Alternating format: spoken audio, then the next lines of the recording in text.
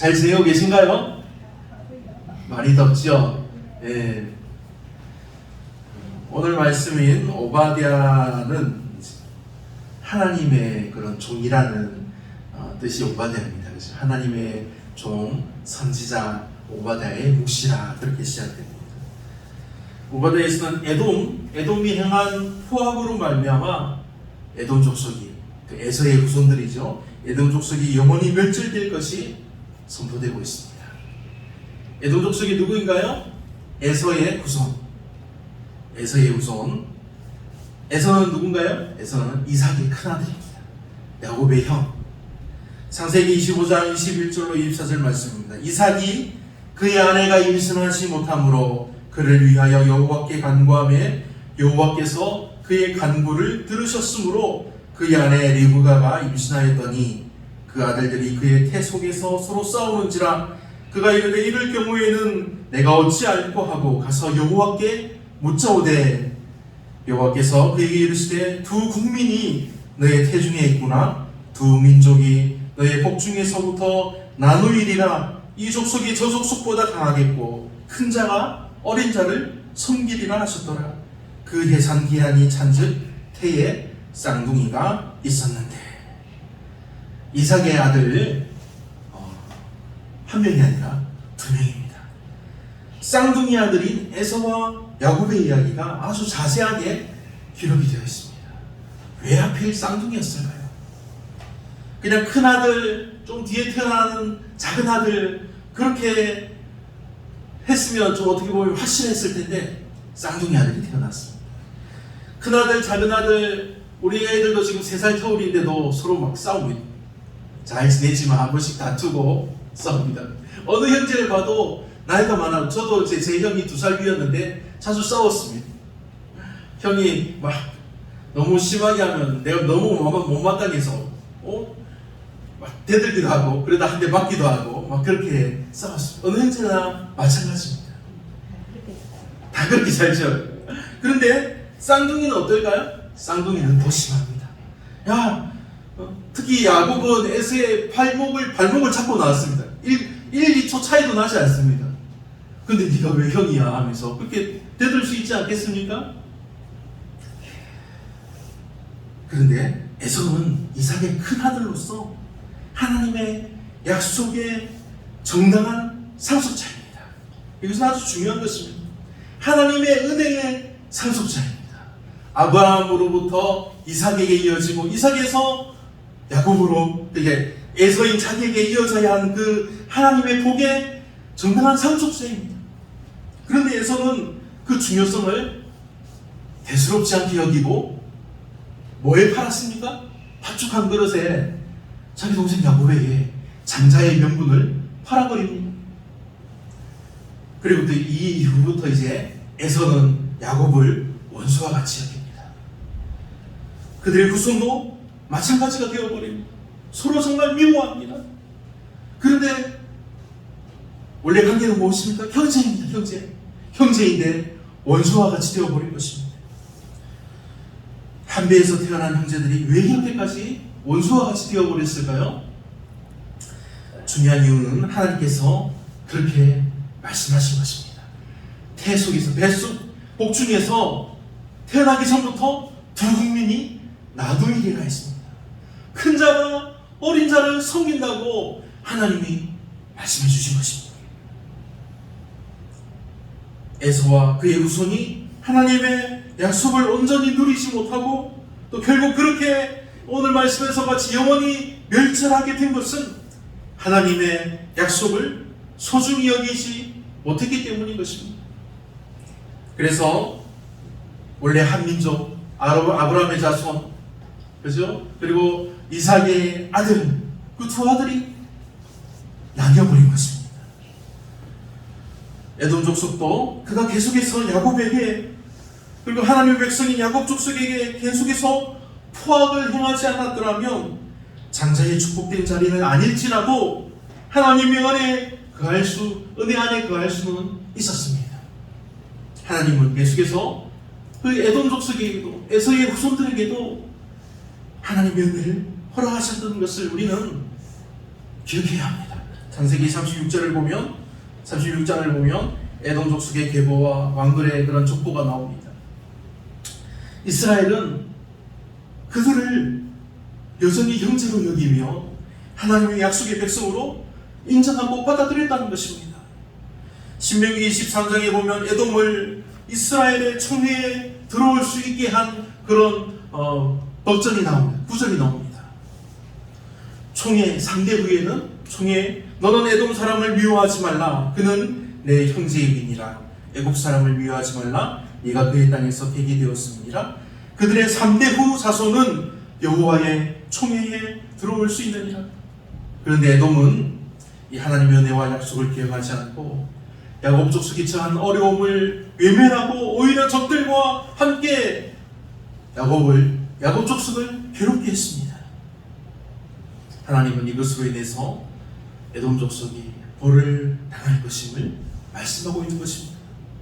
하나님을 믿고 따른다고 하지만 형제를 향한 포악으로 인해서 결국 이방인과 같은 멸망당할 자리에 떨어지게 되었다는 것입니다.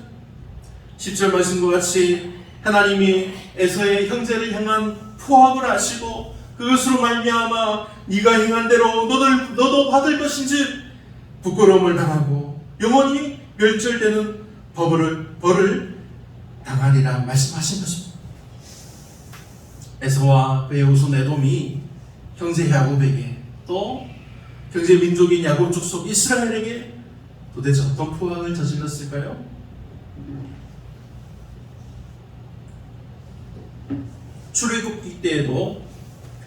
출애굽하던 당시에도 에돔이 이스라엘에게 아주 나쁜 짓을 저질렀습니다. 민수기 10장에 보면 가나안으로 들어가는 이스라엘 민족을 에돔 왕이 자기 군대를 끌고 나와서 칼을 빼들고 길을 막아버렸습니다. 이스라엘 백성이 에돔 왕에게 사정을 합니다. 우리가 에돔 나라를 아무 해도 끼치지 않고 그냥 큰 길로만 우리가 조용히 지나가겠습니다. 아무런 해도 입히지 않고 그냥 조용히 지나가게만 해주세요 하고 부탁을 했는데 에돔 왕이 칼을 빼들고 들어오기만 해봐 내가 너희를 다 죽여버릴 거야 하면서 못 들어오게 했습니다. 그렇게 해서 어떻게 됐을까요? 이스라엘 족속이 마음이 상했습니다. 왜냐하면 에돔 땅을 지나가면 바로 가나안인데 에돔 땅을 둘러가야 돼. 그러면 아주 멀고도 또 아주 험한 깊은 산골짜기를 지나가야 합니다. 얼마나 힘이 들었을까요? 얼마나 힘이 들었었냐면 이스라엘 백성들이 모세를 원망하고 하나님을 원망하는 일이 일어납니다. 모세를 잡아 죽이려고 합니다. 이때 일어난 사건이 불뱀 사건입니다. 하나님이 불뱀을 통해서 이스라엘을 다 몰아 죽이려고 하셨습니다. 그런데 노뱀을 높이 들게 하시고는 보는 자마다 구원을 받게 하신 것입니다.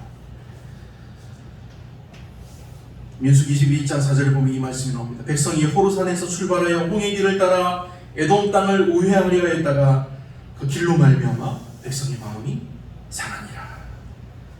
그리고 오늘 말씀 11절을 보면 에돔이 어떻게 이스라엘을 힘들게 하고 포악을 행했는지 나옵니다. 네가 멀리 섰던 날 곧 이방인이 그의 재물을 빼앗아가며 외국인이 그의 성문에 들어가서 예루살렘을 얻기 위하여 제비 뽑던 날에 너도 그들 중 한 사람 같았느니라. 오바댜의 이 묵시의 말씀이 선포되던 때는 이제 바벨론 제국에 의해서 예루살렘 북왕국이 멸망을 당하고 폐허로 변하던 때였습니다. 이제 남아있던 남쪽 왕국 유다로 이제 이스라엘에서 이제 나라가 망해서 피난민들이 막 몰려오던 때입니다. 그래서 모든 백성들이 모두 두려워하고 이제 우리도 멸망당하겠구나 막 하면서 정말 무서움에 떨며 어지러운 상황이었습니다. 이때 에돔은 유다 바로 옆에 있는 형제의 나라였습니다. 동맹국이었습니다. 서로 도와주기로 약속했던 사이입니다. 그런데 에돔이 유다를 배신했습니다. 오히려 자신을 도와주지 않고 자신을 치러오는 적군과 함께해서 유다를 공격해 들어온 것입니다. 형제 유다가 이방인에게 침략을 당할 때 유다를 돕지 않고 오히려 이방인들과 함께 형제를 핍박하고 노력하는데 함께 했다는 것입니다. 누가 먼저 들어가서 누가 먼저 노력을 할까, 그것을 제비 뽑는 그 자리에 에돔 족속도 함께해서 형제의 나라 유다를 핍박했다는 것입니다. 포악을 저질렀다는 것입니다. 그것을 보면 12절과 14절에 그 말씀이 나옵니다. 첫째가 네가 형제의 날 곧 그 재앙의 날에 방관할 것이 아니며 유다 자손이 패망하는 날에 기뻐할 것이 아니며 그 고난의 날에 네가 입을 크게 벌릴 것이 아니며. 둘째를 보면 13절입니다. 내 백성이 환난을 당하는 날에 네가 그 성문에 들어가지 않을 것이며 환난을 당하는 날에 네가 그 고난을 방관하지 않을 것이며 환난을 당하는 날에 네가 그 재물에 손을 대지 않을 것이며. 세 번째는 14절입니다. 내 거리에 서서 사거리에 서서 도망하는 자를 막지 않을 것이며 고난의 날에 그 남은 자를 원수에게 넘기지 않을 것입니다. 에돔 족속은 함께 이스라엘 족속과 함께 하나님의 약속 안에 거하던 약속이 참여했지만 결국 형제를 향한 그의 포악으로 말미암아 하나님의 약속에서 떨어져 버린 것입니다. 하지만 하나님은 에돔 족속을 향한 구원의 길, 은혜의 길을 여전히 열어두셨습니다. 신명기에 민수기에 나온 말씀이지만 이전의 약속이었지만 3대 후 총회에 들어갈 수 있게 하신 것이 그 길의 방편입니다. 이것이 어떤 말씀이냐면 3대 후에 총회에, 하나님의 총회에 들어갈 수 있게 한다는 말은 자기가 저지른 그런 죄가와 허물과 상관이 없는 3대 후에는 다시 하나님의 은혜 안에 들어올 수 있게 하신다는 말씀입니다. 그들이 형제를 향한 포악에서 벗어나서 형제를 섬기며 하나님의 은혜를 구할 때 하나님은 그들도 다시 하나님의 약속의 백성으로 세우신다는 말씀입니다. 하지만 그들이 끝까지 포악을 행한다면, 돌이키지 않는다면, 형제와 여전히 원수가 된다면 결국 에돔은 세상의 이방 민족과 마찬가지로 하나님께로부터 아무런 약속도 얻을 수 없고 구원의 은혜도 얻을 수 없게 되어서 영원히 멸절될 것이란 말씀입니다. 그들이 다 죽게 된다는 것이 아니라 하나님의 약속으로부터 완전히 떨어져 나간다는 것입니다. 네가 행한 대로 너도 받을 것인지. 이제 말씀대로 에돔은 하나님의 약속에서 영원히 끊어지고 멸절하게 되었습니다. 하지만 야곱 족속을 향한, 이스라엘을 향한, 이 유다 족속을 향한 하나님의 계획은 너무나 놀랍습니다. 왜냐하면 야곱 족속은 하나님의 백성으로 부르시고 세우시는 족속이기 때문입니다. 이것이 잘 나타나는 것이 15절과 16절 말씀입니다. 여호와께서 만국을 벌할 날이 가까웠나니 네가 행한 대로 너도 받을 것인즉 네가 행한 것이 내 머리로 돌아갈 것이라. 너희가 내 성산에서 마신 것 같이 만국인이 항상 마시니 곧 마시고 삼켜서 본래 없던 것 같이 되리라. 여호와께서 만국을 벌하실 그 날입니다.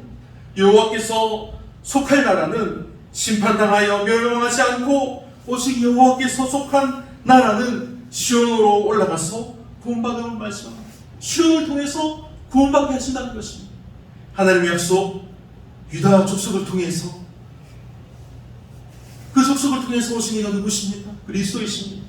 예수를 믿는 우리들을 구원하여 주신다는 말씀입니다. 네가 행한 대로 너도 받을 것인즉 세상 모든 나라와 민족은 그 행한 대로 벌을 받을 것이며 그들이 행한 것을 하나님께서 대신 갚아주신다는 말씀입니다. 그러나 하나님의 약속의 자녀들, 유다 족속들, 우리 그리스도를 믿는 믿음의 자녀들은 하나님의 용서와 자비와 사랑과 구원함의 확실한 약속을 받게 된다는 말씀입니다. 주 안에서 사랑하는 성도 여러분, 그러나 우리도 주의해야 할 것이 있습니다. 에돔도 분명한 하나님의 약속의 자녀에 속한 이들이었습니다. 그들도 하나님의 약속의 자녀였습니다. 그러나 에돔은 그들의 형제를 향한 포악으로 인해서 약속에서 끊어져 멸절함을 당했다는 사실입니다. 하나님의 약속에서 이제 상관이 없는 자들이 되어버린 것입니다. 12절과 14절이 유다가 나라를 이를 위해 그 위기에서 에돔이 행한 형제를 향한 포악의 일들입니다. 첫째를 보면 형제의 어려움을 방관하고 오히려 그것을 좀 입을 크게 벌리면서 막 웃으면서 야 저것 봐라 하면서 막 웃으면서 그것을 그냥 그대로 보고 즐겼다는 것입니다. 기뻐했다는 것입니다. 형제가 당하는 어려움을 보면서 입을 크게 벌리며 막 웃으면서 야 그렇게 기뻐하는 것입니다. 그것이 포악이라고 말씀하고 있습니다. 둘째는 형제의 환난 날에 적과 함께 들어가서 그 어려움을 더 힘들게 한 것입니다. 방관을 넘어서서 오히려 괴롭게 하는데 앞장섰다는 것입니다. 정말로 악한 일입니다. 셋째는 형제가 피할 곳을 막고 형제들을 잡아서 오히려 원수에게 넘기는 너무나 악한 일을 말씀하고 있습니다. 에돔이 왜 이렇게까지 했을까요? 에돔은 이때 교만했습니다. 하나님과 그분의 약속을 의지하지 않고 에돔이 거주하고 있는 높은 산과 그리고 자신들의 강한 산성을 의지하고 누가 이 강한 산성을 허물겠느냐 하고 교만했습니다. 하나님이 아니라 자기 자신을 의지하고 결국은 형제를 배신하고 형제에게 더 강하게 포악을 행한 것입니다.